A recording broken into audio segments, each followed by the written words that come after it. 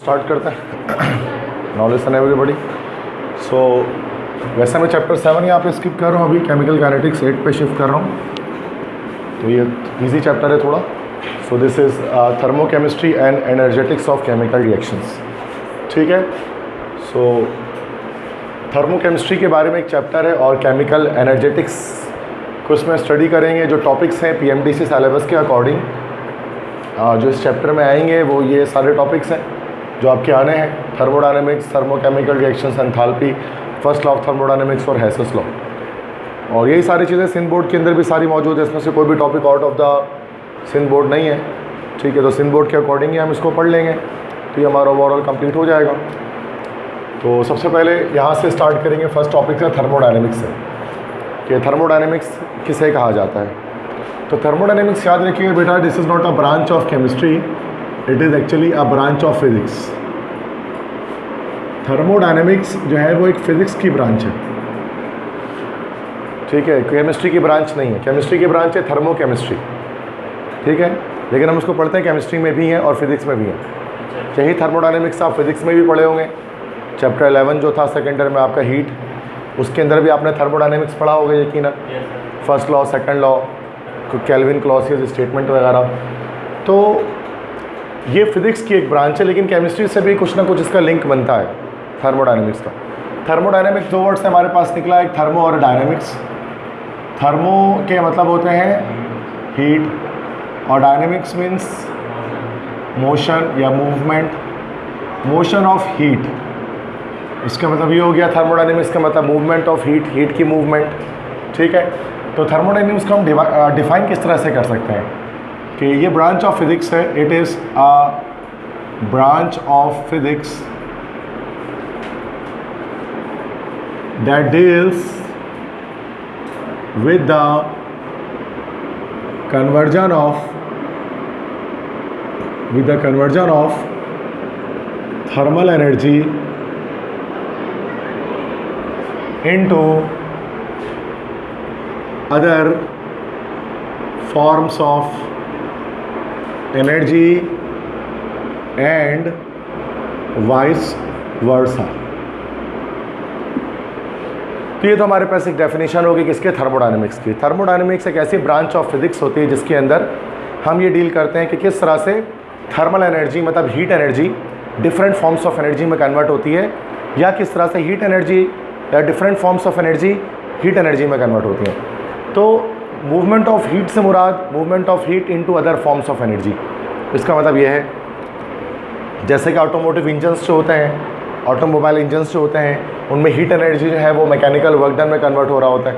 तो heat energy को mechanical energy में कन्वर्ट कर रहे होते हैं। इसी तरह से जब कोई इंजन बाइक का या फिर किसी भी मशीन का इंजन जब वर्किंग में होता है तो वहाँ मैकेनिकल एनर्जी हीट एनर्जी में कन्वर्ट हो रही होती है फ्रिक्शन की वजह से।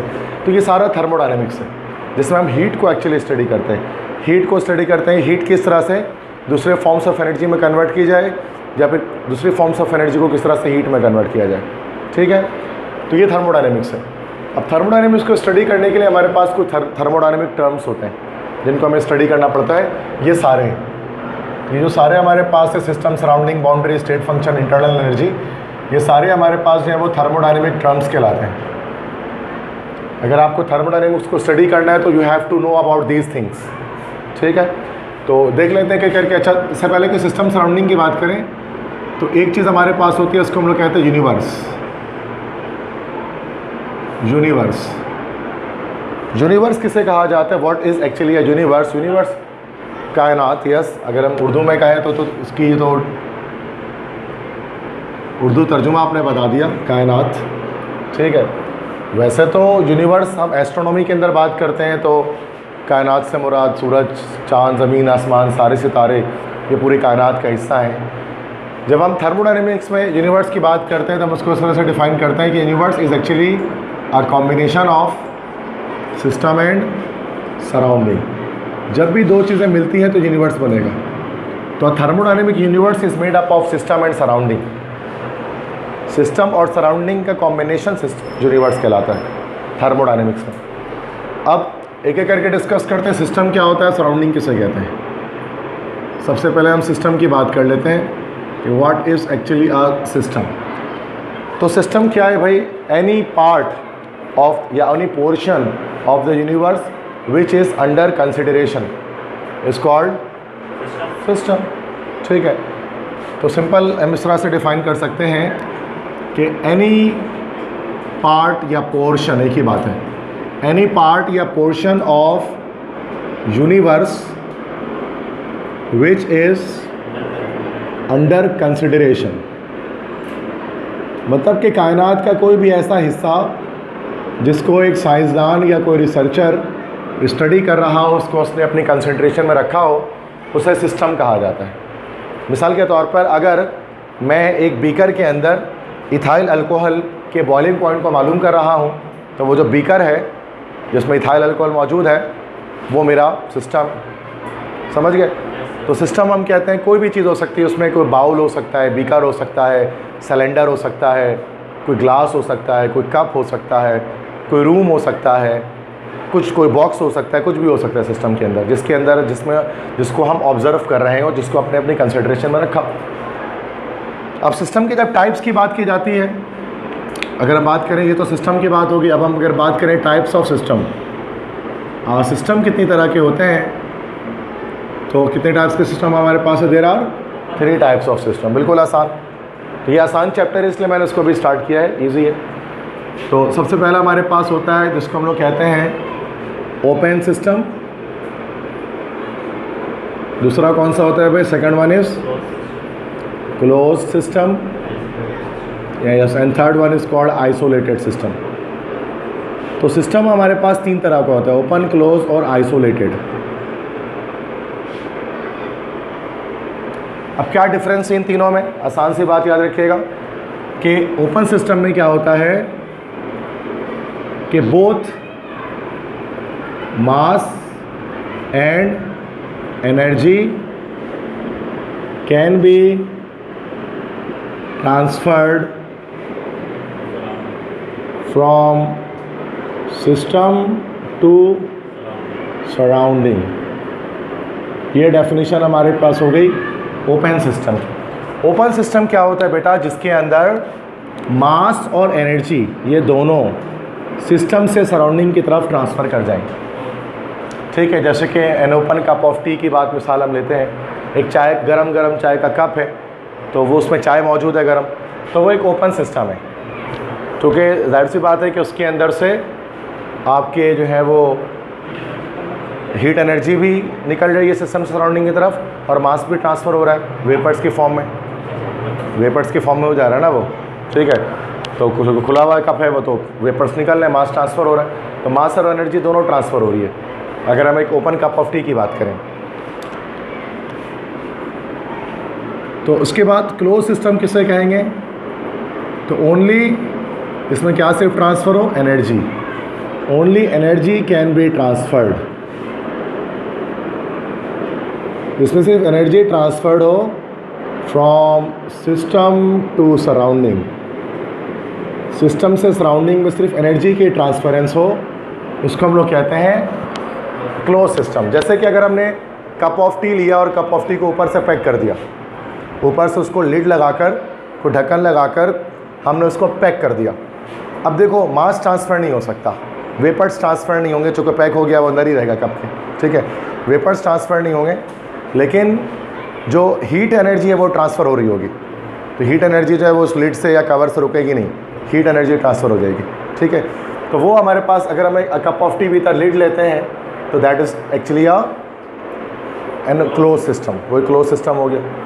इसके बाद हम आते हैं आइसोलेटेड सिस्टम की तरफ। अब आइसोलेटेड सिस्टम क्या होता है? जिसमें दोनों में से कोई ट्रांसफ़र ना हो, neither energy nor mass can be transferred, इसमें एनर्जी और मास में से कोई भी ट्रांसफ़र ना हो, that is called an isolated system. Isolated का मतलब ही होता है अलग थलग, मतलब अलग थलग जो बिल्कुल दूसरों से अलग हो।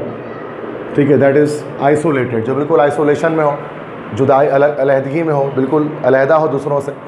तो आइसोलेटेड सिस्टम एक ऐसा सिस्टम होता है जिसमें एनर्जी और मास दोनों में से कोई ट्रांसफ़र नहीं होता सिस्टम से सराउंडिंग की तरफ।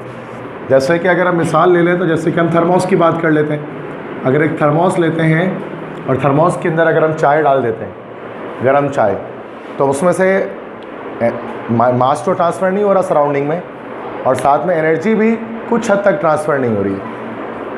मतलब गर्म चाय काफ़ी लंबे अर्से तक गर्म रह रहा है, लेकिन ये चीज़ याद रखिएगा आप लोग कि perfect isolated system does not exist. एक परफेक्ट आइसोलेटेड सिस्टम एग्जिस्ट ही नहीं करता है। मतलब ऐसा नहीं हो सकता, कहीं ना कहीं एनर्जी ट्रांसफ़र होगी थोड़ी बहुत, ठीक है, कहीं ना कहीं आपको एनर्जी ट्रांसफ़र होनी चाहिए। वो एक इंसुलेशन हम उसके अंदर कर देते हैं, लाइक जब आपने थर्मोस को कभी आपने खोल कर देखा हो तो उसके अंदर फिर हमने मतलब एक आइसोलेशन करने के लिए, इंसुलेशन करने के लिए उसके अंदर हम लोग जो है ना वो गैप्स बना देते हैं।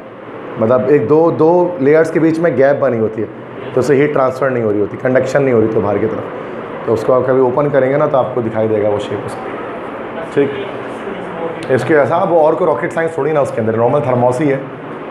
मतलब नॉर्मल थर्मोस है, उसके अंदर कोई ज़्यादा रॉकेट साइंस कोई मशीनरी फिट थोड़ी ना है। तो उसमें के अंदर ही कंडक्शन वाली वो चीज़ें इस्तेमाल कर रहे हैं। तो 3 टाइप्स ऑफ सिस्टम है बेटा, ये याद रखना है। समझ में आ गया सबको? बहुत आसान बात है, बहुत बेसिक बात है, MCQs आएगा, आराम से बता सकते हैं। अब इसके बाद हम देखते हैं सिस्टम के बाद के भाई सराउंडिंग किसे कहा जाता है। तो व्हाट इज़ सराउंडिंग? आप सराउंडिंग को कैसे एक्सप्लेन कर सकते हैं? क्या होता है सराउंडिंग? सिस्टम से बाहर जो कुछ भी है, सिस्टम से आउट जो कुछ भी है यूनिवर्स में, वो सराउंडिंग है, ठीक है। Anything around the system, around the system in universe is surrounding। तो जैसे मैंने बताया यूनिवर्स के अंदर 2 ही चीज़ें हैं, एक सिस्टम है और एक सराउंडिंग है। आप सिस्टम से बाहर जो कुछ भी है वो सराउंडिंग है। अगर हम मान लेते हैं कि अगर हम एग्जांपल ले लेते हैं, जैसे कि अगर हमने एक इस तरह से एक बॉक्स बना दिया, ये बॉक्स मान लेते हैं कि ये बॉक्स हमारे पास क्या है भाई? यूनिवर्स है। ये पूरा बॉक्स यूनिवर्स है और इसके अंदर हमने एक बीकर ले लिया, बीकर के अंदर हमने कोई लिक्विड ले लिया जिसका एक्सपेरिमेंट मैं कर रहा हूँ। तो जो लिक्विड इसके अंदर ये जो हमारे पास है, दिस इज एक्चुअली सिस्टम, और उसके अराउंड जो कुछ भी है इस यूनिवर्स के अंदर वो क्या है भाई? सराउंडिंग। इस तरह से हम बता सकते हैं सिंपल कि सिस्टम से बाहर जो कुछ भी होता है वो सराउंडिंग है, ठीक है। यूनिवर्स के अंदर 2 ही चीज़ें, समझ में आ गई बात? सराउंडिंग इसे कहते हैं। इसके बाद बाउंड्री। अब बाउंड्री क्या चीज़ है, इसकी भी डेफिनेशन समझें। बाउंड्री, अब बाउंड्री तो जाहिर सी बात है कोई लिमिटेशन होती है ना किसी चीज़ की, सरहद, बॉर्डर। तो बाउंड्री क्या हो सकती है? This is the border between system and surrounding, है ना भाई? The border between system and surrounding. System को सराउंडिंग से जो लाइन जुदा करती है उसको हम लोग कहते हैं बाउंड्री, ठीक है। अब जैसे कि ये अगर हम ये लाइन देख लें बच्चों, यहाँ पर के इधर पर ये लाइन, तो ये जो लाइन हमारे पास है दिस इज़ बाउंड्री, क्योंकि ये सिस्टम को सराउंडिंग से जुदा कर रही है, ठीक है। अब बाउंड्री जो होती है ना, बाउंड्री वो रियल भी हो सकती है, इमेजिनरी भी हो सकती है। इट कैन बी रियल और इमेजिनरी। ये रियल भी हो सकती है, इमेजिनरी भी हो सकती है बाउंड्री। रियल बाउंड्री से मुराद जैसे कि एक चाय का कप ले लें तो उसमें एक रियल बाउंड्री मौजूद होगी, और मान लेते हैं उस कमरे में मैं एक्सपेरिमेंट कर रहा हूँ, ठीक है, और किसी भी ख़ास रीजन ऑफ गैस का मुताला करो कि यहाँ पर इतनी सी जगह पर मैं गैस को ऑब्ज़र्व कर रहा हूँ, और कोई फिक्स बाउंड्री आपको नहीं मिल रही, तो ये एक इमेजिनरी बाउंड्री है कि बस मैं यहाँ से यहाँ तक गैसेस को स्टडी कर रहा हूँ, तो वो फिर इमेजिनरी हो सकती है। तो बाउंड्री ज़रूरी नहीं है कि कोई फिज़िकल बाउंड्री हो, कोई इमेजिनरी बाउंड्री भी हो सकती है जो फिज़िकली एग्जिस्ट ना करती हो, ठीक है। और इसी तरह से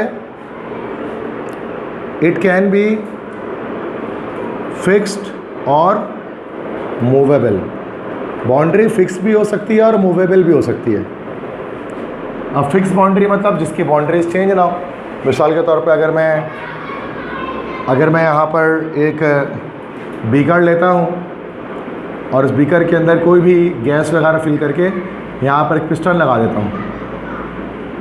अब ये पिस्टन लगा हुआ है, रबर पिस्टन, अब क्या हो सकती है? ये मूव कर सकता है, तो ये बाउंड्री मूव कर रही है, इसका मतलब है, क्योंकि उसके अंदर कोई भी गैस भर दी हमने। और फिक्स भी हो सकती है, ऐसा भी हो सकता है यहाँ से मैं बीकर लूँ, बीकर में मैं पिस्टन लगा दूँ और पिस्टन को मैं क्या करूँ, दोनों तरफ से यहाँ से मैं क्या कर दूँ, टाइट कर दूँ। अब दोनों तरफ से टाइट कर दिया जाएगा तो इन दैट सिनेरियो क्या होगा इस केस में कि हमारे पास ये जो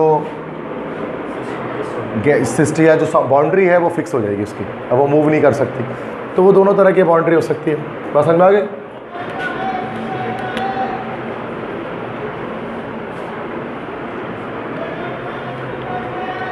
ठीक है। देन इसके बाद मैं आपको बताता हूँ स्टेट फंक्शन किसे कहते हैं।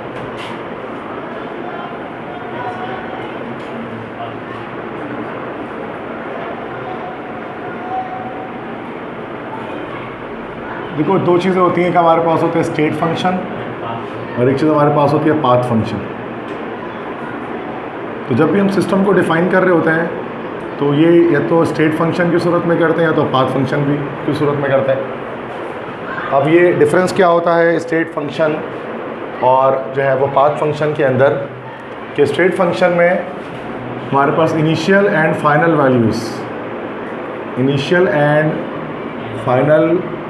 Values exist. अगर किसी प्रॉपर्टी में इनिशियल या फाइनल वैल्यू एग्जिस्ट करती है तो उसको हम स्टेट फंक्शन कहते हैं। और पाथ फंक्शन उसे वो इसमें कहते हैं जिसमें initial and final values do not exist.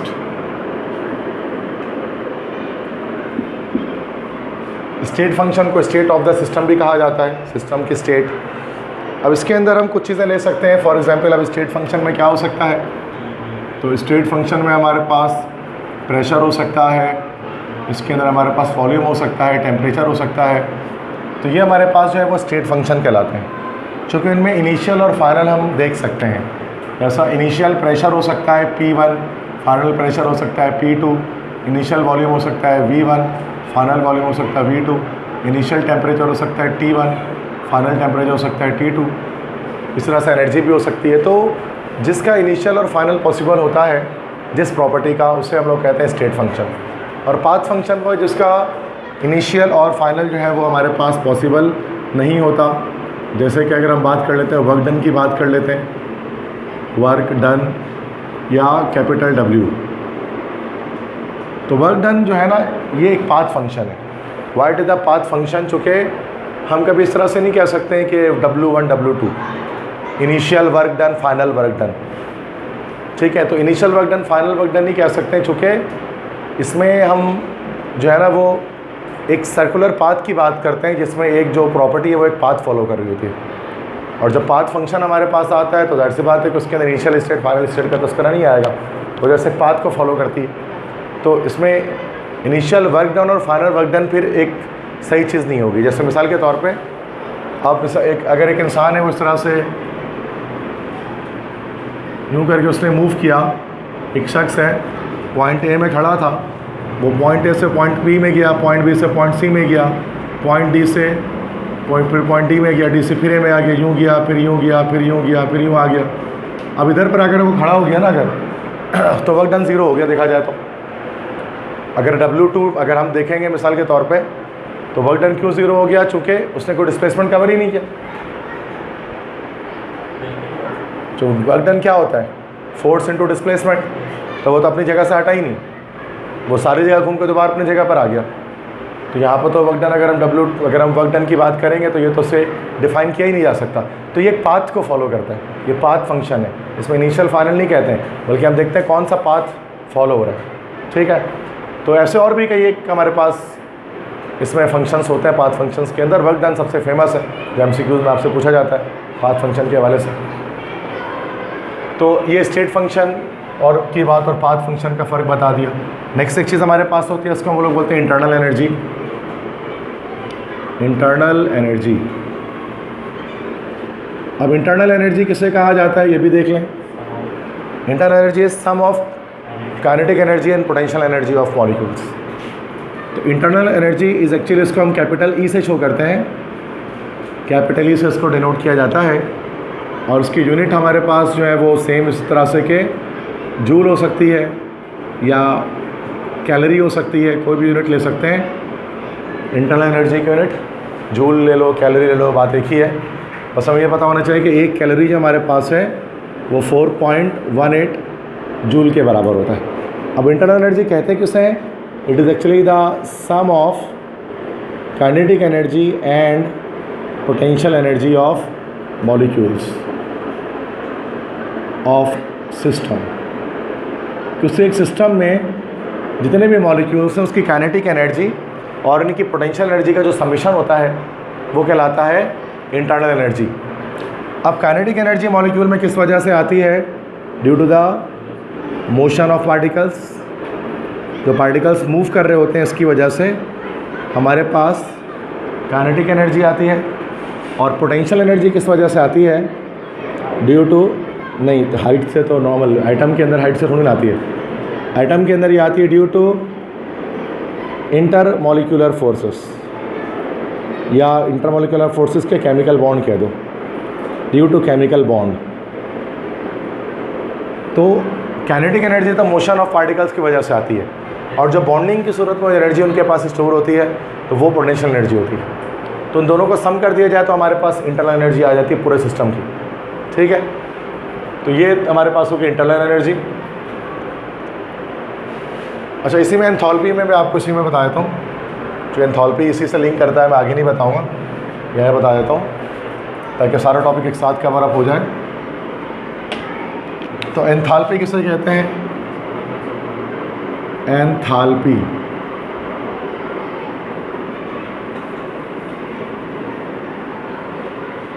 Enthalpy जिसको हम डिनोट करते हैं किससे? कैपिटल H से इसको शो किया जाता है। ठीक है बेटा, और इसकी यूनिट भी सेम वही निकलेगी, जूल निकलती है या फिर कैलोरी निकलती है, एंथैल्पी की यूनिट भी। ठीक है, अब एंथैल्पी है कि एंथैल्पी को कैसे डिफाइन कर सकते हैं? यस, वो तो एंट्रोपी है, एंथैल्पी कह रहा हूँ। Yes, the total heat content of a system, the total heat content of a system is called enthalpy. मतलब जितना भी हीट एक सिस्टम के अंदर मौजूद है उसको एंथैल्पी कहते हैं। टोटल हीट कंटेंट, किसी भी फॉर्म में हीट एनर्जी स्टोर जो होती है सिस्टम के अंदर उसको हम कहते हैं एंथैल्पी। और वो दो सूरतों में स्टोर होती है, दो तरह से। एंथैल्पी दो तरह से स्टोर होती है। तो यह हीट एनर्जी दो तरह से स्टोर होती है। एक तो सिंपल इंटरनल एनर्जी, जो मॉलिक्यूल की इंटरनल एनर्जी है इस सूरत में स्टोर होती है, और साथ में वर्क डन की सूरत में भी एनर्जी स्टोर होती है, हीट एनर्जी स्टोर होती है सिस्टम के अंदर। ठीक है, अब इस लिहाज से हम इसको एंथैल्पी का फॉर्मूला क्या निकाल लेंगे? हम इस तरह से निकाल लेंगे कि H is equal to E plus work done, मतलब W, और जो वर्क डन है इसको आगे हम लोग पढ़ेंगे कि ये PV के बराबर होता है, P डेल्टा V। तो ये हमारे पास फॉर्मूला आ जाएगा E प्लस PV, किसका? एंथैल्पी का। This is the total heat content of a system. किसी भी सिस्टम में जो हीट स्टोर हो रही है वो इंटरनल एनर्जी की फॉर्म में हो रही है और वर्क डन की फॉर्म में होती है। ठीक है, तो ये एंथैल्पी कहलाता है। हर सिस्टम की एंथैल्पी होती है। अच्छा, एंथैल्पी भी आप याद रखिएगा कि एंथैल्पी भी हमारे पास एक स्टेट फंक्शन है। तो हम इनिशियल और फाइनल एंथैल्पी कह सकते हैं, जैसे H1 H2 हम कह सकते हैं। ठीक है, और इसी वजह से हमारे पास एंथैल्पी के बाद हमारे पास आ जाता है दिस इज़ एंथैल्पी चेंज, ये चेंज इन एंथैल्पी। अब एक चीज़ हमारे पास होती है, हम उसको कहते हैं एंथैल्पी चेंज। एंथैल्पी चेंज मतलब जिसको हम लोग शो करते हैं डेल्टा H से।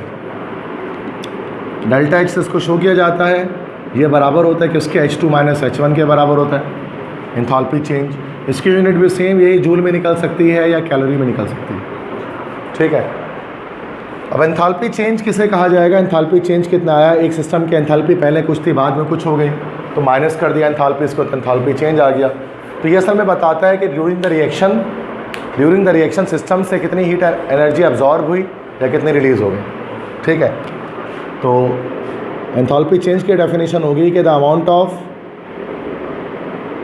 हीट एब्जॉर्ब्ड और released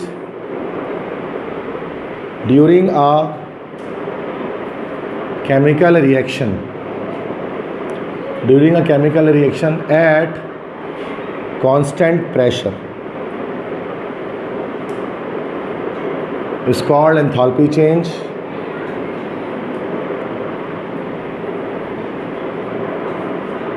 तो ये चीज़ होती है हमारे पास एंथैल्पी चेंज, कि ड्यूरिंग द रिएक्शन कितना हीट एनर्जी अब्जॉर्ब या रिलीज़ हो रहा है किसी रिएक्शन के अंदर से। अब ये डेल्टा एच की जो वैल्यू है ये हमारे पास पॉजिटिव नेगेटिव दोनों आ सकती है। डेल्टा एच की वैल्यू पॉजिटिव भी आ सकती है और डेल्टा एच की वैल्यू नेगेटिव भी आ सकती है। अब जब ये पॉजिटिव वैल्यू इसकी आ रही है तो ये क्या शो करेगा कि रिएक्शन कैसा हो रहा है, एंडोथर्मिक, और नेगेटिव वैल्यूज़ आ रही है तो रिएक्शन कैसा हो रहा है, एक्सोथर्मिक। अभी क्यों आ रहा है प्लस माइनस, ये जब मैं आपको यहाँ पर थर्मोकेमिकल रिएक्शन बताऊँगा ना तो फिर एक्सप्लेन करूँगा इसमें। अभी फ़िलहाल मैं ये प्लस माइनस एक्सप्लेन नहीं कर रहा। अच्छा, एंथैल्पी चेंज के बाद अब इसी एंथैल्पी चेंज जैसी ना एक और भी चीज़ हमारे पास होती है, उसको हम लोग कहते हैं डेल्टा एच, और उसके नीचे हम लोग एफ लिख देते हैं, डेल्टा एच एफ। ठीक है, तो अच्छा, ये एंथैल्पी चेंज भी अलग अलग तरह की हो सकती है। मतलब एंथैल्पी ऑफ कंबस्शन हो सकती है, जब कोई चीज़ जल रही है तो उसमें एंथैल्पी ऑफ कंबस्शन हो सकती है। इसी तरह से एंथैल्पी ऑफ न्यूट्रलाइजेशन हो सकती है, इसमें कोई चीज़ जब न्यूट्रलाइजेशन होती है तो वो भी एक्सोथर्मिक होता है। इसी तरह से एंथैल्पी ऑफ एटोमाइजेशन हो सकती है, इसमें एक मॉलिक्यूल का बॉन्ड ब्रेक होके एटम्स में कन्वर्ट हो रहा है, तो वो अलग अलग तरह की एंथैल्पी हो सकती है। मतलब एंथैल्पी ऑफ सब्लिमेशन हो सकती है। ठीक है, तो वो मैं इसमें नहीं जा रहा, वो कॉमन सेंस वाली बात है कि एंथैल्पी किसी भी चीज़ की हो सकती है, कंबस्शन हो, चाहे सब्लिमेशन हो, एटोमाइजेशन हो, चाहे वो न्यूट्रलाइजेशन हो।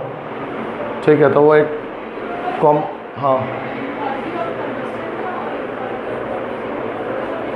नहीं, एंथैल्पी ऑफ फॉर्मेशन अलग ही चीज़ है, ये तो अलग चीज़ है। मैं वो एंथैल्पी ऑफ फॉर्मेशन डिफरेंट चीज़ है, बाकी सारे एंथैल्पी एक ही एंथैल्पी चेंज ही है। मतलब एंथैल्पी चेंज वो डेल्टा एच ही कहलाते हैं वो सारे, चाहे वो सब्लिमेशन हो, एटोमाइजेशन हो या फिर न्यूट्रलाइजेशन हो, सब एक ही चीज़ है। एंथैल्पी ऑफ फॉर्मेशन बिल्कुल अलग चीज़ है इससे। ठीक है, इस पर तो पूरा टॉपिक है हमारे पास अलग से। तो एंथैल्पी ऑफ फॉर्मेशन कहते हैं किसे, this is enthalpy of formation कह सकते हैं, या फिर इसी को हम लोग कहते हैं heat of formation. Delta H नीचे एफ लगा देते हैं। अभी हीट ऑफ फॉर्मेशन है क्या चीज़, ये बताता है कि इसकी डेफिनेशन क्या होगी, the amount of energy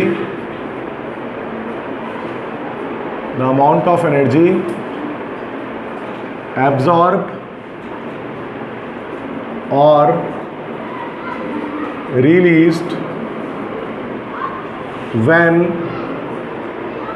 1 mole of a compound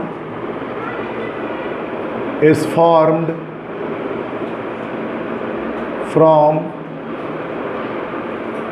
its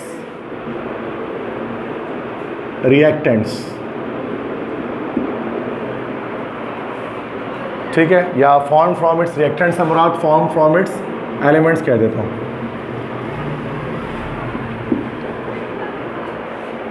तो अब ये क्या चीज़ है, जैसे कि अगर एक मोल कंपाउंड बनता है अपने एलिमेंट से तो उस सूरत में जो एंथैल्पी चेंज आता है। जैसे कि अगर मैं एक एग्जाम्पल लिखता हूँ बेटा, H2 + O2, ये बन गया हमारे पास H2O। अच्छा, अब इसको बैलेंस 1 मोल के लिहाज से बैलेंस करेंगे, इसको उस तरह से बैलेंस नहीं करेंगे जिस तरह से नॉर्मली वैसे हम लोग बैलेंस इस तरह करते हैं ना, 2 इधर लगा दिया, इधर 2 लगा दिए, बैलेंस हो गया। लेकिन यहाँ पर हम जब हीट ऑफ फॉर्मेशन की बात करते हैं तो यहाँ इसको 1 मोल ही रखेंगे, तो इसको 1/2 लगा कर बैलेंस करना पड़ेगा, अब ये बैलेंस हो जाएगा दोबारा से। सही बात है ना भाई। तो इसका मतलब 1 मोल ऑफ वाटर की फॉर्मेशन हो रही है with from its elements like hydrogen और ऑक्सीजन। अब जो एंथैल्पी चेंज इसका आएगा उसको हम कहेंगे डेल्टा एच एफ। अब वो कुछ भी आ सकता है, ठीक है। तो अगर 1 मोल कंपाउंड अपने एलिमेंट्स से बनेगा, अच्छा ज़रूरी नहीं है कि एलिमेंट से बने। एक जैसे एक और एग्जांपल मैं आपको देता हूँ। अब एक एग्जांपल ले लेता हूँ मैं, CH3OH, मिथाइल अल्कोहल या मिथानॉल। अब मिथानॉल अपने एलिमेंट से बनेगा तो कैसे बनेगा, कार्बन का रिएक्शन होगा लाइक ऑक्सीजन के साथ, फिर ऑक्सीजन का रिएक्शन होगा हाइड्रोजन के साथ, देन जाकर आप मिथानॉल या मिथाइल अल्कोहल बना लेंगे। तो इससे जो एंथैल्पी चेंज आएगा वो डेल्टा एच एफ आएगा। अब वो कुछ भी आ सकता है, लेकिन याद रखिएगा कि ये रिएक्शन तो पॉसिबल है बट ये रिएक्शन पॉसिबल नहीं है। मतलब ऐसा नहीं हो सकता है कि कार्बन ऑक्सीजन हाइड्रोजन इन दोनों चीज़ों को आपस में मिक्स करो और आपका मिथाइल अल्कोहल बन जाए, ऐसा नहीं होता। बल्कि ये जो प्रोसीजर है ये मल्टीपल स्टेप्स में होता है, डिफरेंट स्टेप में होता है। 3 स्टेप के बाद चौथे स्टेप में बनता है। मतलब डायरेक्ट इन तीनों को रिएक्शन नहीं करेंगे, पहले C और O2 का रिएक्शन बनाकर कार्बन डाइऑक्साइड बनाएंगे। इस तरह से होता है ना कि पहले कार्बन ऑक्सीजन का रिएक्शन होगा, ये बनेगा कार्बन डाइऑक्साइड, इसकी कुछ एंथैल्पी चेंज आ जाएगी। फिर उसके बाद हाइड्रोजन और ऑक्सीजन का रिएक्शन होगा, ये बनेगा वाटर, इसकी कुछ एंथैल्पी चेंज आ जाएगी। फिर उसके बाद कार्बन डाइऑक्साइड और वाटर जब हाई प्रेशर पर रिएक्शन करेंगे तो बनेगा मिथानॉल, इसकी कुछ एंथैल्पी चेंज आ जाएगी। तो पहले इस तरह पहले CO2 बनेगा इन दोनों से, फिर इन दोनों से मिलकर वाटर बनेगा, देन ये दोनों आपस में रिएक्शन करेंगे तो मिथानॉल बनेगा। अब ओवरऑल एंथैल्पी चेंज के लिए क्या करेंगे, इन तीनों को हम यहाँ पर प्लस कर देंगे, इन तीनों को यहाँ पर जब हम प्लस करेंगे, इन तीनों के एडिशन कर देंगे तो यहाँ पर हमारे पास क्या आ जाएगा, डेल्टा HF। तो डेल्टा HF या हीट ऑफ फॉर्मेशन किसे कहते हैं कि एक मोल कंपाउंड को अपने एलिमेंट से बनाने के लिए जितनी हीट एनर्जी अब्जॉर्ब पे रिलीज होती है वो एंथैल्पी चेंज है। और ये मल्टीपल प्रोसीजर में होता है, इसी वजह से इसके लिए हम लोग क्या यूज़ करते हैं, Hess's law. Hess's law is use to, आगे हम पढ़ेंगे आखिरी वाला है, Hess's law is use to calculate heat of formation. तो ये हेसेस लॉ की एप्लीकेशन, इसका न्यूमेरिकल पूरा आप लोगों ने किया होगा फर्स्ट ईयर में, मल्टीपल स्टेप वाले, ठीक है। तो उसमें यही कर रहे होते थे, डेल्टा HF निकाल रहे होते सबको प्लस करके, ठीक है।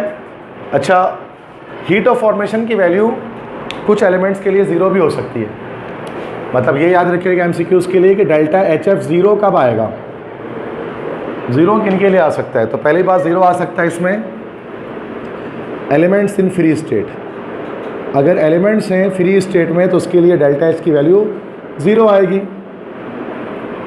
मिसाल के तौर पे एलिमेंट्स फ्री स्टेट से मुराद H2 है, O2 है, N2 है, सोडियम है, कैल्शियम है, ETC। अब चूंकि ये खुद एलिमेंट्स हैं, ये किसी चीज़ से बनेंगे थोड़ी ना मिलकर, इसलिए इसका एंथैल्पी चेंज आएगा नहीं या इसका हीट ऑफ फॉर्मेशन आएगा ही नहीं। हीट ऑफ फॉर्मेशन सिर्फ कंपाउंड्स का निकलता है, एलिमेंट्स का नहीं निकलता, इसलिए इनका ज़ीरो आएगा। जब भी कोई एलिमेंट आ गया तो उसका ज़ीरो हो गया। और एक और, जो मोस्ट स्टेबल एलोट्रोप्स होते हैं, जो मोस्ट स्टेबल एलोट्रोप्स होते हैं उनका भी हमारे पास क्या होता है, ज़ीरो आ सकता है एलिमेंट्स के अंदर। अब जैसे कार्बन है, अब कार्बन एलिमेंट है, अब कार्बन के मान लेते दो आइसोटोप हैं, एक हमारे पास डायमंड है और एक ग्रेफाइट है, फेमस और भी होते हैं, ये दो मशहूर हैं। अब इसमें से डायमंड जो है ना मुख्तलिफ चीज़ों में से, मतलब कोयले से कन्वर्ट हो सकता है डायमंड में, मतलब डायमंड जो है ना वो कोयला ही क्या बनता है, हीरा बनता है, कोयला हीरा बनता है, कोल कन्वर्ट्स इनटू डायमंड। तो इसकी कुछ ना कुछ हीट फॉर्मेशन आ जाएगी, इसकी कुछ ना कुछ आ जाएगी। लेकिन जो ग्रेफाइट होता है ना, graphite is the most stable allotrope of carbon, पढ़ा हुआ ना आपने, सबसे ज़्यादा स्टेबल एलोट्रोप ग्रेफाइट होता है, सबसे लीस्ट रिएक्टिव होता है। तो इस वजह से इसकी जो हीट ऑफ फॉर्मेशन आ जाती है वो क्या आ जाती है भाई, ज़ीरो आ जाती है, ठीक है। वो किसी चीज़ से मिलकर नहीं बनता, स्टेबिलिटी होती है उसके अंदर, ठीक है। तो याद रखिएगा कि दो चीज़ों का हीट ऑफ फॉर्मेशन हमारे पास ज़ीरो आता है, एक एलिमेंट्स फ्री स्टेट में हो या फिर अगर कोई स्टेबल एलोट्रोप है जैसे कि ग्रेफाइट हमारे पास है। समझ में आ गई बात यहाँ तक। अच्छा, एक और चीज़ अभी ख़त्म नहीं हुआ, सुना और अभी अब इसी में तो मैंने क्या बताया कि एंथैल्पी चेंज के अंदर जो हमारे पास, अब वो डिफरेंट एंथैल्पीज आ सकती हैं, अब वो डिपेंड करता है ना, जैसे मैंने अभी आपको बताया कि अगर NaCl, अगर HCl है, HCl NaOH से मिल रहा है तो ये हमारे पास बना रहा है NaCl + H2O। तो ये एंथैल्पी जो आएगी, एंथैल्पी ऑफ न्यूट्रलाइजेशन होगी, डेल्टा HN लिख देंगे उसके अंदर।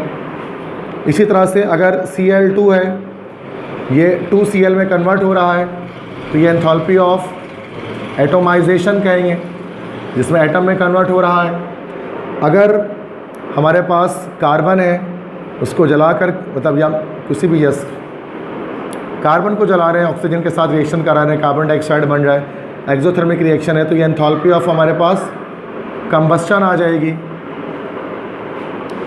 ठीक है। और इसी तरह से अगर हम क्या कर लें, सब्लिमेशन कर लें, सब्लिमेशन से मुराद के आयोडीन है, तो शुरू में हमारे पास क्या है, सॉलिड है, और बाद में ये आयोडीन क्या हो रहा है, हमारे पास गैस में कन्वर्ट हो जा रहा है, तो इसको डेल्टा H सब्लिमेशन इसको हम कह सकते हैं। ये सारी एंथैल्पी चेंज ही है, उसको प्रोसेस के लास्ट अलग अलग अलग अलग अलग अलग नाम दे दें, इसमें कोई अलग कोई रॉकेट साइंस नहीं है इसके अंदर, ठीक है। हाँ, बस ये है कि किसी में प्लस, किसी ज़्यादातर तो माइनस ही है। न्यूट्रलाइजेशन चूँकि एक्सोथर्मिक चेंज है तो नेगेटिव आता है, atomisation endothermic change, heat energy देनी पड़ती है तो बॉन्ड टूटता है, तो हीट ऑफ एटोमाइजेशन हमेशा क्या हो जाता है, पॉजिटिव। कंबस्शन हमारे पास क्या हो जाता है, ये तो हमेशा नेगेटिव होगा, डेल्टा एच वैल्यू इसकी। और सब्लिमेशन में भी क्या होती है, हीट एब्जॉर्ब होती है तो उसकी वैल्यू क्या हो जाती है, पॉजिटिव। ये सिंपल कॉमन सेंस वाली बातें हैं जो हमें पता होनी चाहिए, बेसिक कॉन्सेप्ट केमिस्ट्री का है ये, ठीक है। तो हम लेकिन हीट ऑफ फॉर्मेशन एक अलग चीज़ है, ये थोड़ी डिटेल डिस्कशन है, ठीक है, उसका उससे कोई ताल्लुक नहीं है। जैसे आप कह रहे हैं एंथैल्पी ऑफ कंबस्शन और हीट ऑफ फॉर्मेशन में, तो उसका तो कोई लिंक ही नहीं बनता उसके अंदर, क्योंकि वो सारे सिंगल प्रोसीजर, ये सारे सिंगल स्टेप में कंप्लीट हो जाते हैं। ये सब एक एक स्टेप वाले, यहाँ पर मल्टीपल स्टेप्स की बात हो रही है, ये बात ही अलग है इसके अंदर, ठीक है। जैसे मिसाल के तौर पर इसके अंदर भी एक स्टेप आ रहा है, तो ये जो C+O2 ये तो एंथैल्पी ऑफ कंबस्शन आ रही है, लेकिन हम उसके सिर्फ डेल्टा एच लिख, उसके नीचे हम कंबस्शन नहीं लिखते, हम डायरेक्ट डेल्टा एच लिख लेते हैं, एंथैल्पी चेंज है ये। कुछ जगहों पर बता देते हैं नीचे लिख कर ये सब लिख देते हैं, नहीं भी लिखेंगे तो एंथैल्पी है, कॉमन सेंस वाली बात, कितनी हीट एनर्जी अब्जॉर्ब पे रिलीज़ हुई, सही है। जैसे इसको समझे, बहुत सारे बच्चे इसमें कंफ्यूज रहते हैं इन चीज़ों के अंदर ना, वो परेशान होता है पता नहीं क्या है ये, क्योंकि वो कॉन्सेप्ट नहीं बन रहा होता है। अच्छा, एक और एक चीज़ होती है, अभी एक और एक चीज़ बताता हूँ, उसको हम कहते हैं delta H not F. H के ऊपर एक सर्किल छोटा सा बना देते हैं जीरो टाइप का, इसको हम क्या बोलते हैं, this is called standard heat of formation. अब क्या फ़र्क है, देखो सिंपल फ़र्क है कि ये स्टैंडर्ड कंडीशंस पर कैलकुलेट किया जाएगा। अगर जो रिएक्शन आप कर रहे हैं उसका टेम्परेचर अगर 25 डिग्री सेंटीग्रेड है, मतलब रूम टेम्परेचर है, 0 डिग्री नहीं लेना था इसमें 25 लेते हैं, और अगर आपका प्रेशर ये STP वाले लेते हैं 1 atm है, इस कंडीशन पर, इस टेम्परेचर, इस प्रेशर पर जब भी हीट ऑफ फॉर्मेशन या एंथैल्पी ऑफ फॉर्मेशन कैलकुलेट की जाएगी, उसे कहा जाएगा स्टैंडर्ड हीट ऑफ फॉर्मेशन। बस समझ में आ गए। तो डेल्टा एच एफ और डेल्टा एच नॉट एफ में बस ये फ़र्क होता है, ये वही चीज़ है बस। ये डेल्टा एच की बात, एच एफ की बात करें तो किसी भी स्टेट में कर सकते हैं, किसी भी टेम्परेचर, किसी भी प्रेशर पर, लेकिन अगर टेम्परेचर और प्रेशर को आप स्टैंडर्ड बना दो तो ये स्टैंडर्ड हीट ऑफ फॉर्मेशन। और अक्सर हम लोग स्टैंडर्ड ही मालूम कर रहे होते हैं एक ख़ास टेम्परेचर और एक ख़ास प्रेशर पर, अक्सर चीज़ें स्टैंडर्ड कंडीशन पर ही मालूम की जा रही होती हैं और इस टेम्परेचर, इस प्रेशर पर मालूम की जा रही होती हैं। जैसे कि जब हम pH निकालते हैं किसी भी चीज़ का, pH pOH, तो भले उसमें मेंशन नहीं किया जाता, लेकिन pH हमेशा हम 25 डिग्री सेंटीग्रेड पे ही निकाल रहे होते हैं। कभी कभार न्यूमेरिकल में लिखा जाता है कि find out the pH of this compound at 25 degree centigrade. चूँकि pH डील करते आगे हम पढ़ेंगे मोलैरिटी से, तो टेम्परेचर चेंज करने से pH की वैल्यू में वेरिएशन आती है। तो अगर आप 25 डिग्री के बजाय अगर आप 45 डिग्री पर आप pH निकालेंगे तो वो pH वो नहीं है कि जो 25 डिग्री पे आ रही है। तो अक्सर औकात हम स्टैंडर्ड कंडीशंस पे ही चीज़ों को फाइंड आउट कर रहे होते हैं, तो उससे स्टैंडर्ड हीट ऑफ फॉर्मेशन मालूम कर रहे होते हैं। समझ गए। एक टॉपिक और आउट ऑफ द सिलेबस मैं आपको बता देता हूँ, सिलेबस में नहीं है, ये प्रॉपर्टीज़ ऑफ सिस्टम है।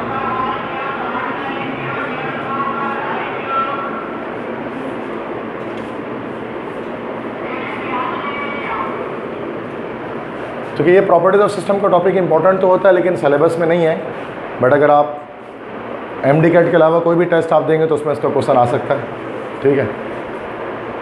तो फार्मडी वगैरह के टेस्ट अगर आप देंगे या किसी कोई और भी टेस्ट देंगे तो उसमें आ सकता है। तो प्रॉपर्टीज ऑफ सिस्टम क्या है, बेसिक टॉपिक है, 5 मिनट का टॉपिक है। तो प्रॉपर्टीज सिस्टम की 2 तरह की होती है, एक तो हमारे पास होती है माइक्रोस्कोपिक प्रॉपर्टी, माइक्रोस्कोपिक प्रॉपर्टीज़, और एक हमारे पास क्या होती है, मैक्रोस्कोपिक प्रॉपर्टीज़। माइक्रोस्कोपिक प्रॉपर्टी जो हम सिर्फ सिंगल एटम को भी, सिंगल एटम की प्रॉपर्टी अगर हम बताएं, मतलब अगर हम सिर्फ एक ही एटम की प्रॉपर्टीज़ को अगर बताना शुरू कर देते हैं वो माइक्रोस्कोपिक प्रॉपर्टी है। जैसे एक एटम का अगर हम एटॉमिक रेडियस बता दें तो वो हमारे पास क्या है भाई, माइक्रोस्कोपिक प्रॉपर्टी है, जो सिंगल एटम को आप बता सकते हैं। लेकिन अगर आप ऐसी प्रॉपर्टीज़ बताओ जो सिंगल एटम की नहीं बताई जा सकती बल्कि लार्ज नंबर ऑफ एटम्स की बताई जाए, मतलब ऐसा सिस्टम जिसमें बल्क में लार्ज अमाउंट में पार्टिकल्स मौजूद हों, तो वो मैक्रोस्कोपिक प्रॉपर्टी है। मैक्रो मतलब ये होता है बिग, माइक्रो मतलब होता है स्मॉल, ये तो पता ही होगा आपको। तो लार्ज नंबर ऑफ एटम्स की सूरत में, जैसे कि अगर हम टेम्परेचर बताना होता है, अगर हमें टेम्परेचर, अब टेम्परेचर एक मैक्रोस्कोपिक प्रॉपर्टी है, जो कभी भी एक एटम का टेम्परेचर आप नहीं बताते ज़िंदगी में कि एक एटम का ये टेम्परेचर हो रहा है। आप कहते हैं भाई ये सिस्टम है, इसके अंदर करोड़ों की तादाद में एटम्स हैं और इस गैस का टेम्परेचर इस वक्त ये 25 डिग्री है। अब वो करोड़ों की तादाद में जो एटम्स है आप उनका टेम्परेचर बता रहे हो, तो एक का नहीं बता रहे हो, तो वो मैक्रोस्कोपिक प्रॉपर्टीज़ कहलाती हैं। बहुत बेसिक बात है, अब मैक्रोस्कोपिक प्रॉपर्टीज़ के अंदर भी आपको पता है 2 कैटेगरी बनती है, इसके अंदर 2 टाइप्स आते हैं। एक हमारे पास कहलाते हैं कौन सी प्रॉपर्टी बेटा, इंटेंसिव प्रॉपर्टीज़, और दूसरे कौन से होते हैं, तो ये सुना होगा, बहुत इंपॉर्टेंट टॉपिक होता है ये, एक्सटेंसिव प्रॉपर्टीज़, इंटेंसिव और एक्सटेंसिव प्रॉपर्टीज़। अब इसमें क्या डिफरेंस है इंटेंसिव और एक्सटेंसिव प्रॉपर्टी में? इंटेंसिव, इन से याद रख लो, इन मतलब होता है इंडिपेंडेंट, ये होता है इंडिपेंडेंट ऑफ अमाउंट, जबकि एक्सटेंसिव क्या होता है, डिपेंड्स अपॉन अमाउंट। मतलब एक ऐसी प्रॉपर्टी जो अमाउंट को चेंज करने से चेंज ना हो, मतलब कोई अगर वैल्यूज़ अमाउंट को कम या ज़्यादा करने से चेंज ना हो तो वो इंटेंसिव प्रॉपर्टी है। मतलब अगर आप अमाउंट ऑफ सब्सटेंस को हाफ कर दें तो वैल्यू हाफ ना हो तो वो इंटेंसिव है, और अमाउंट ऑफ सब्सटेंस को हाफ करने से वैल्यू भी हाफ हो जाए तो वो एक्सटेंसिव है। अब ऐसे कौन सी बहुत सारी प्रॉपर्टीज हो सकती हैं? फॉर एग्जांपल इंटेंसिव की बात करें अभी। इंटेंसिव में जैसे कि डेंसिटी आ गई। अब डेंसिटी आपको पता अमाउंट पे डिपेंडेंट नहीं है। डेंसिटी जैसे कि आइस की 0.98 ग्राम 0.92 ग्राम पर ml है, तो वो कितना बड़ा भी पीस हो, आइस का डेंसिटी उसकी फिक्स रहेगी। इसी तरह से मेल्टिंग पॉइंट, इसी तरह से बॉइलिंग पॉइंट, इसी तरह से रिफ्रैक्टिव इंडेक्स। अब कितना बड़ा भी डायमंड का पीस हो, रिफ्रैक्टिव इंडेक्स उसका 3.45 ही आएगा, उसका होता है भाई। इसी तरह से आप इसमें देख सकते हैं विस्कोसिटी, या फिर आप देख सकते हैं सरफेस टेंशन ETC, या फिर टेम्परेचर भी देख सकते हैं। अब आप एक बाल्टी पानी है, उसका टेम्परेचर 25 डिग्री है, आप उसमें से एक जग पानी निकाल दो तो उसका टेम्परेचर भी 25 डिग्री होगा, कम थोड़ी ना हो जाएगा। तो अमाउंट को या आधा बाल्टी पानी फेंक दो तो 12.5 डिग्री थोड़ी ना हो जाएगा, टेम्परेचर 25 ही रहेगा। तो अमाउंट को कम करने से वैल्यू में फ़र्क नहीं पड़ रहा। और भी होती हैं, मतलब मैं कुछ बता रहा हूँ आपको, कॉन्सेप्ट दे रहा हूँ। इसी तरह से एक्सटेंसिव प्रॉपर्टी, जिसमें अमाउंट को हाफ करेंगे तो वैल्यू भी हाफ हो जाएगी। जैसे अभी आप बता रहे थे मास, आपने बताया ना मास एक एक्सटेंसिव प्रॉपर्टी है। अमाउंट को हाफ करेंगे तो मास हाफ हो जाएगा। इसी तरह से वॉल्यूम भी, अमाउंट को हाफ करेंगे वॉल्यूम हाफ हो जाएगा। इसी तरह से नंबर ऑफ मोल्स, अमाउंट को हाफ करेंगे तो मोल्स की वैल्यू हाफ हो जाएगी, ठीक है। और क्या हो सकता है, इसी तरह से हम इसमें एक और होता है जिसको हम कहते हैं Gibbs free energy. Gibbs free energy बस आप उसको याद कर लें, उसको एक्सप्लेन करने की ज़रूरत नहीं है। ये बड़ी क्लासों में आप यूनिवर्सिटी लेवल पर जाकर पढ़ते हैं गिब्स फ्री एनर्जी, ठीक है।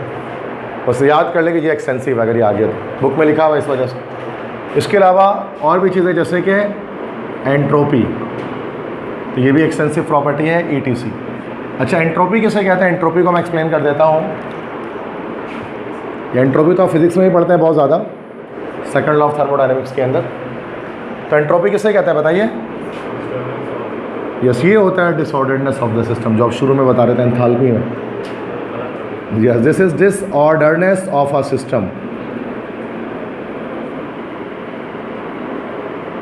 एक सिस्टम की जो डिसऑर्डरनेस होती है बेटा, उसको एंट्रोपी कहा जाता है। इसको हम लोग जो है ना वो कैपिटल S से शो करते हैं, है ना भाई। और डेल्टा S हमारे पास होता है change in entropy.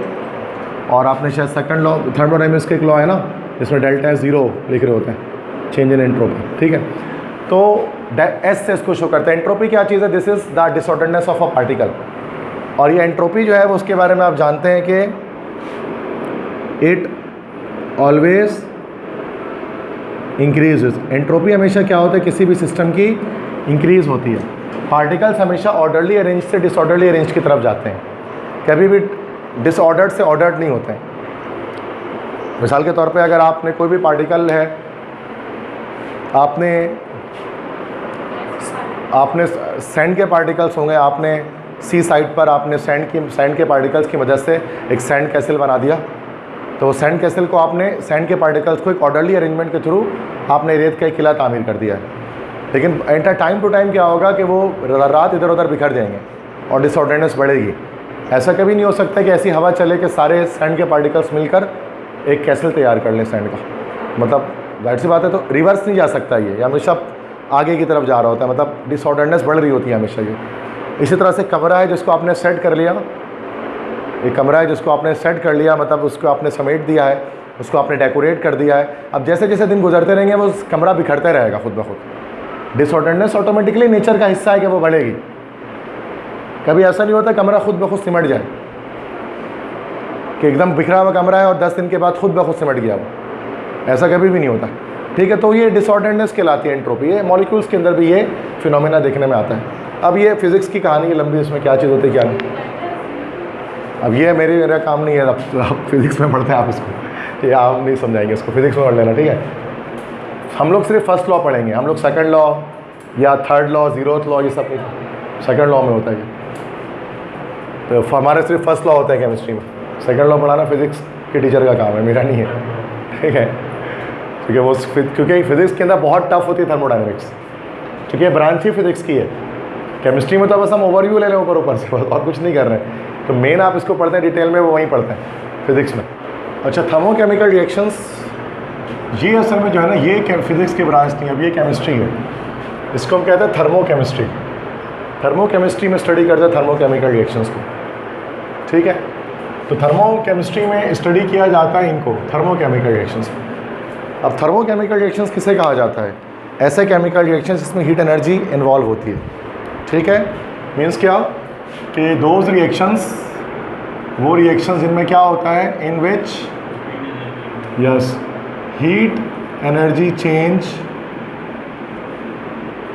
Change is accompanied with material change. देखो, जब भी कोई केमिकल रिएक्शन होता है तो मटेरियल चेंज तो होता ही है, एक चीज़ दूसरी चीज़ में कन्वर्ट होती है, लेकिन उनके साथ साथ अगर हीट एनर्जी में भी चेंजिंग आ रही हो, मतलब हीट एनर्जी एब्जॉर्ब या रिलीज़ हो रही हो रिएक्शन में, तो उसको हम लोग कहते हैं थर्मोकेमिकल रिएक्शन। अब थर्मोकेमिकल रिएक्शन हमारे पास जो है ना, वो 2 टाइप्स के होते हैं, 2 तरह के होते हैं। ठीक है, अब वो एक हमारे पास होता है एंडोथर्मिक, एक तो एक्सोथर्मिक, है ना भाई। तो हम इसको डिफरेंस की तरह से मैं करा दे रहा हूँ तो जल्दी हो जाएगा। ठीक है, तो एक हमारे पास जो रिएक्शन है, this is called endothermic reactions. बिल्कुल दोनों एक दूसरे के अपोजिट रिएक्शंस है ना, और एक एक्सोथर्मिक रिएक्शंस। ये दोनों टाइप्स होते हैं थर्मोकेमिकल रिएक्शंस के। ठीक है, अब क्या है पॉइंट, क्या हो सकता है अगर हम 5 से 6 पॉइंट अगर इसके लिखना चाहें तो।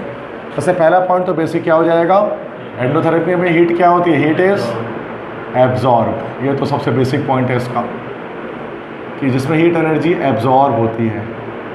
और एक्सोथर्मिक में क्या होती है, हीट एनर्जी इज रिलीज्ड, इसमें हीट एनर्जी रिलीज होती है। ठीक है, और बताएं क्या डिफरेंस हो सकता है। Delta H positive, delta H negative, बिल्कुल सही जवाब। इसका डेल्टा एच हमारे पास पॉजिटिव होता है, जबकि इसका डेल्टा एच नेगेटिव होता है। अच्छा, अब इसको यहाँ पर एक्सप्लेन भी कर देता हूँ कि कैसे पॉजिटिव नेगेटिव होता है। एक और पॉइंट में एक्सप्लेन कर देता हूँ।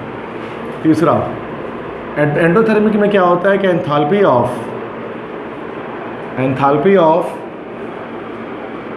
प्रोडक्ट या enthalpy of reactant is less than product. मतलब जो रिएक्टेंट की एंथैल्पी होती है वो प्रोडक्ट से कम होती है। जबकि एक्सोथर्मिक में क्या होता है, enthalpy of reactant is more than a product. अब कैसे इसको एग्जाम्पल से समझें ज़रा। जैसे कि अगर एक रिएक्शन है, एक रिएक्टेंट है R, और वो प्रोडक्ट मान लेते हैं कि वो प्रोडक्ट P में कन्वर्ट हो रहा है। एक रिएक्टेंट R है, उसको एक प्रोडक्ट P में हम कन्वर्ट कर रहे हैं, और रिएक्टेंट की एंथैल्पी होगी, heat content of reactant, product की भी एंथैल्पी होगी। मान लेते हैं कि उसकी H1 है एंथैल्पी और इसकी H2 है एंथैल्पी। और अभी हमने क्या पढ़ा कि इसमें रिएक्टेंट की एंथैल्पी लेस देन प्रोडक्ट होती है, तो इसमें H1 लेस देन H2 होता है। सही बात है। अब इसमें कुछ भी हो सकता है, वॉट एवर वैल्यू हम इसको, जैसे कि हम इसको 20 जूल दे रहे हैं और इसको हम दे दे रहे हैं लेके 35 जूल। अब अगर रिएक्टेंट को प्रोडक्ट में कन्वर्ट होना है तो उसे क्या करना पड़ेगा, हीट एनर्जी एब्जॉर्ब करनी पड़ेगी। क्योंकि यहाँ 20 है, यहाँ 35 है, तो होगा क्या कि ये हीट एनर्जी एब्जॉर्ब करेगा रिएक्टेंट, तो क्या होगा, प्रोडक्ट में कन्वर्ट हो जाएगा। अब अगर यहाँ पर हम इसमें डेल्टा एच निकालेंगे तो डेल्टा एच बराबर किसके होगा, H2 माइनस H1 के। अब आप यहाँ देख लेंगे तो 35 माइनस 20 कितना आ जाएगा, ये 15 जूल आ जाएगा, प्लस का 15 जूल। तभी हम कहते हैं जो भी हमारे पास एंडोथर्मिक रिएक्शन होता है उसमें डेल्टा एच हमेशा क्या आता है भाई, पॉजिटिव आता है। यह लॉजिक है इसके पॉजिटिव होने के पीछे। इसी तरह से अगर वहाँ पर हम देखेंगे तो यहाँ उलट है। अब रिएक्टेंट है जो प्रोडक्ट में कन्वर्ट हो रहा है, अब H1 H2 की बात की जाएगी तो यहाँ पर जैसे मैंने बताया कि रिएक्टेंट की एंथैल्पी मोर देन प्रोडक्ट है, H1 is greater than H2। अब H1 मान लेते हैं कि इसमें हमारे पास 30 जूल है और H2 हमारे पास मान लेते हैं कि 50 जूल है। सॉरी, उल्टा कर दिया मैंने, ये 50 जूल कर लेते हैं, इसको 30 जूल कर लेता हूँ। सही है। अब क्या होगा, जब रिएक्टेंट प्रोडक्ट में कन्वर्ट होगा तो उसमें एक्स्ट्रा हीट एनर्जी रिलीज़ हो जाएगी ना भाई, तो किसके पास ज़्यादा है। तो अगर हम यहाँ पर डेल्टा एच निकालेंगे एंथैल्पी चेंज, तो ये क्या निकलेगा, H2 माइनस H1, ये निकलेगा 30 माइनस 50, तो कितना निकलेगा, ये माइनस को 20 जूल निकलेगा। इसलिए हम कहते हैं जब भी एक्सोथर्मिक रिएक्शन होता है तो डेल्टा एच एंथैल्पी चेंज हमेशा क्या आता है, उसका नेगेटिव में आता है। अब वो कुछ भी आ सकता है, depends upon enthalpy of reactant and product. ये थर्ड पॉइंट हो गया। और बताएं कोई पॉइंट? चलो मैं बताता हूँ कि एंडोथर्मिक में क्या होता है, हीट एनर्जी ट्रांसफ़र होती है सराउंडिंग से किस जानिब, सिस्टम की तरफ। इस तरह से हीट एनर्जी ट्रैवल करती है। जबकि एक्सोथर्मिक में उसका उल्टा होता है, इसमें सिस्टम से एनर्जी कहाँ जाती है, सराउंडिंग में जाती है।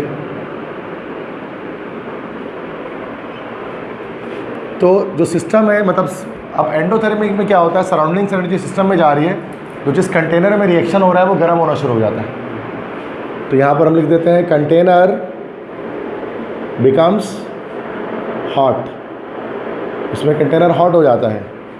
अब यहाँ पर उल्टा है, यहाँ पर एक्सोथर्मिक में हीट एनर्जी रिलीज़ हो रही है तो कंटेनर कूल हो जाता है, कोल्ड हो जाता है। ठीक है। उसके बाद छठा कि एंडोथर्मिक क्या होता है, स्पॉन्टेनियस होता है कि नॉन स्पॉन्टेनियस प्रोसेस होता है? नॉन स्पॉन्टेनियस होता है, क्योंकि कंटिन्यूस एनर्जी रिक्वायर्ड होती है इसके अंदर। देखो सारा इसको रट्टा मारने की चीज़ सुनी ना, ये तो बेसिक कॉन्सेप्ट चल रहे हैं। तो नॉन स्पॉन्टेनियस होता है, मतलब हीट एनर्जी रिक्वायर्ड होती है, हर वक्त हीट एनर्जी देते रहोगे तब जाकर क्या होगा, रिएक्शन आगे बढ़ेगा, मूव करता रहेगा। जब हीट रोकोगे एंडोथर्मिक रिएक्शन रुक जाएगा।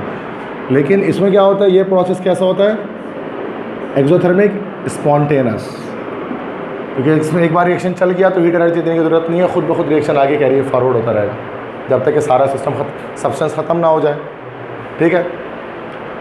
अच्छा, इसके अलावा हम ये कह सकते हैं कि अच्छा एग्जांपल्स की बात करेंगे कि कौन कौन से हमारे पास रिएक्शंस हो सकते हैं जो कैसे होते हैं, एंडोथर्मिक होते हैं। तो कंबस्शन इसमें आ जाएगा, इसमें आ जाएगी थर्मल डिकम्पोजिशन रिएक्शंस। जितने भी थर्मल डिकम्पोजिशन रिएक्शंस होते हैं वो सारे के सारे हमारे पास क्या होते हैं, एंडोथर्मिक होते हैं। मिसाल के तौर पे अगर आपने कैल्शियम कार्बोनेट लिया और अगर आप उसको हीट करते हैं तो हीट करने पर क्या होता है, कैल्शियम ऑक्साइड और कार्बन डाइऑक्साइड बनता है, तो हीट एनर्जी एब्जॉर्ब हो रही है। ठीक है। इसी तरह से अगर हम कोई प्रोसेस लेते हैं मेल्टिंग का जो प्रोसेस होता है वो भी क्या होता है, एंडोथर्मिक होता है ना भाई। बिल्कुल। अब H2O सॉलिड है अगर, तो अगर ये हीट लेगा तो जाकर क्या होगा, ये H2O लिक्विड फॉर्म में कन्वर्ट होगा। ठीक है। इसी तरह से जो प्रोसेस हमारे पास होता है सब्लिमेशन का, सब्लिमेशन में तो हमारे पास क्या होता है, एंडोथर्मिक है। चूँकि अगर आप कार्बन डाइऑक्साइड ले लेते हैं सॉलिड, ड्राई आइस, आप जब ये हीट गेन करते हैं तो क्या होता है, ये CO2 डायरेक्टली गैस में कन्वर्ट होता है बिकॉज ऑफ सब्लाइम सॉलिड। ठीक है। और बहुत सारे हो सकते हैं, मतलब मैं एक बात आपको बता रहा हूँ। ठीक है। तो ये एग्जाम्पल हो गए कि इसके भाई इन सब में हीट एनर्जी एब्जॉर्ब हो रही है। कई और रिएक्शन होते हैं, भाई यही ख़त्म नहीं हो जाते हैं। बताना शुरू कर ले तो 3-4 घंटे निकलते ही रहे, रिएक्शन ही रिएक्शन आता रहे, लेकिन वो सब आपके लिए ज़रूरी नहीं है। वो कॉमन सेंस वाली बात है, आपको कॉन्सेप्ट पता होना चाहिए। आपको 1000 एग्जाम्पल दिमाग में रखने की ज़रूरत नहीं है। ऐसी बात है, आप कोई रिसर्चर या साइंसदान थोड़ी ना बनने जा रहे हो, डॉक्टर बनने जा रहे हो। साइंटिस्ट बनना होता है तो फिर चलो बोल सकते हैं। तो साइंटिस्ट एक ऊपर की चीज़ होती है डॉक्टर इंजीनियर से। तो साइंटिस्ट तो पाकिस्तान में कोई बनता ही नहीं है। तो आपको बस बेसिक नॉलेज ही रखनी होती है बीइंग अ डॉक्टर। समझ में इस बात को? एक डॉक्टर को जरासीम की इतनी नहीं समझ होती जितनी एक माइक्रोबायोलॉजिस्ट की होती है, जितनी एक इम्यूनोलॉजिस्ट की होती है, वायरोलॉजिस्ट की होती है। वो ज़्यादा बेहतर माइक्रो ऑर्गेनिजम्स को पहचान पाता है क्योंकि वो उसने उस पर रिसर्च की होती है। डॉक्टर को बस इतना पता होता है कि ये चीज़ है, मतलब डॉक्टर एक टेक्नीशियन है, सिंपल सी बात है ना, जो चीज़ों को बस समझता है कि ये जरासीम है तो उसका ये इलाज है, लेकिन उसकी पूरी मैकेनिज़्म, उस माइक्रो ऑर्गेनिज्म का डीएनए, ये सब कुछ ये माइक्रोबायोलॉजिस्ट को पता होता है। इस तरह से एक बॉडी के फंक्शन को इतना अच्छा फिजियोलॉजिस्ट जान सकता है, उतना अच्छा डॉक्टर नहीं जान सकता है। सिंपल सी बात है, फिजियोलॉजी में फील्ड ही वही है। बॉडी सिस्टम ऑर्गन्स की जो स्टडी है वो बहुत अच्छा फिजियोलॉजिस्ट जानता है, जो डॉक्टर नहीं जान सकता चाहे कितनी भी कोशिश कर ले। लेकिन वो सारी रिसर्च फील्ड्स हैं, फिजियोलॉजी, माइक्रोबायोलॉजी या जोलॉजी हो गया, बॉटनी हो गया, बायोकेमिस्ट्री हो गई, ठीक है, तो या बायोटेक्नोलॉजी हो गई, ये सब रिसर्च फील्ड है। और पाकिस्तान में आपको पता है रिसर्च 0/0 है, ठीक है। तो इस वजह से मना करते हैं बच्चों को कि नहीं जाओ उस तरफ। मतलब स्टडीज़ और नॉलेज बहुत है और उसी से रिसर्चेज होती हैं। जब कोरोना वायरस का वैक्सीन बना तो ये माइक्रोबायोलॉजिस्ट लोगों ने बनाया, डॉक्टर्स ने थोड़ी ना बनाया। जब कोविड दुनिया में 2020-21 में फैल रही थी तो डॉक्टर्स तो सारे फेल हो गए, तो उन्होंने कहा नहीं हमें तो इलाज ही नहीं पता इसका, कुछ इलाज नहीं है इसका। फिर लोगों की आंखें थी माइक्रोबायोलॉजिस्ट की तरफ, इम्यूनोलॉजिस्ट की तरफ, कि कब वो एक कोरोना का वैक्सीन बनाएंगे और डॉक्टर उसको इस्तेमाल कर पाएंगे। तो डॉक्टर्स भी मोहताज हैं इन रिसर्चर्स की। लेकिन पाकिस्तान, जाहिर सी बात है, पाकिस्तान में डॉक्टर रिसर्च बाहर के यूज़ कर लेते हैं डायरेक्टली, दवाई वगैरह फार्मूला सब हम बाहर के यूज़ कर रहे होते हैं।